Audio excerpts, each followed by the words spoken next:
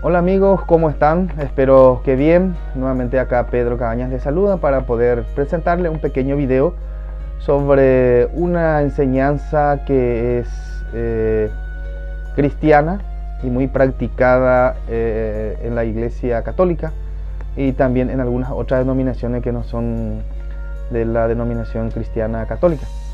Entonces quisiera hablar hoy sobre la Trinidad. ¿Qué es la Trinidad? ¿Dónde dice la Biblia? ¿Y en qué consiste?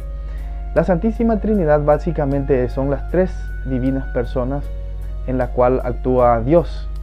Un solo Dios y tres divinas personas. Le tenemos al Padre, que es la primera persona de la Trinidad, al Hijo, Jesucristo, y al Espíritu Santo. Padre, Hijo y Espíritu Santo es las tres divinas personas.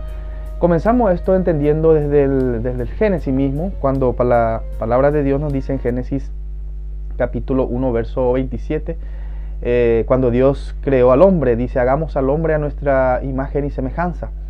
Por eso nosotros los hombres somos semejanza de Dios, a imagen suya los creó.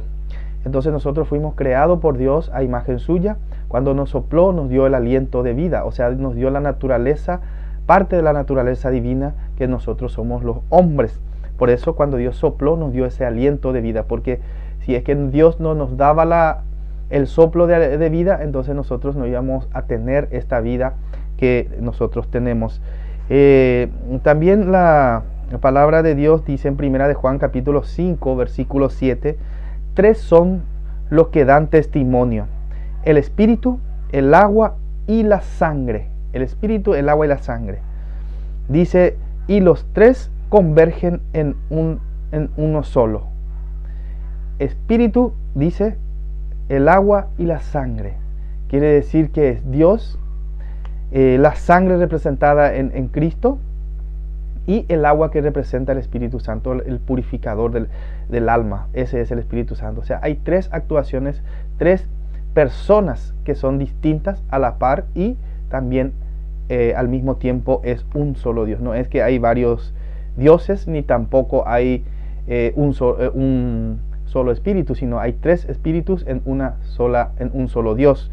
Es lo que la palabra de Dios nos enseña. También en 1 de Juan capítulo 14 versículo 16 dice, Jesús mismo habla y dice: yo rogaré al Padre y Él os enviará otro Paráclito para que esté con vosotros para siempre.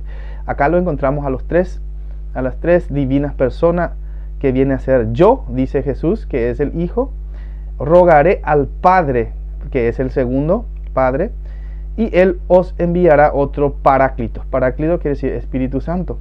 Entonces acá encontramos las tres divinas personas en un solo Dios, que es el Dios creador. Por eso la palabra de Dios nos presenta la Trinidad, que es lo que nosotros los cristianos católicos creemos, porque tal así lo enseña la Biblia. En San Juan capítulo 1 versículo 1, por ejemplo, encontramos que dice: en el principio existía la palabra, y la palabra estaba con Dios, y la palabra era Dios. Entonces ahí encontramos que el verbo primeramente era Dios, estaba con Dios, y luego nos dice que el verbo era Dios. Ahí encontramos al Padre y al Hijo, ¿verdad? Y luego el verbo se hizo carne, que es Jesús, que vino a través de nosotros, a través de María, que vino a caminar con nosotros. Cuando Jesús se fue, dice que Él dejó nuevamente para que esté con nosotros para siempre, que es el Paráclito del Espíritu Santo. Ahí entonces encontramos las tres divinas personas, que es un solo Dios. En el versículo 14 de Juan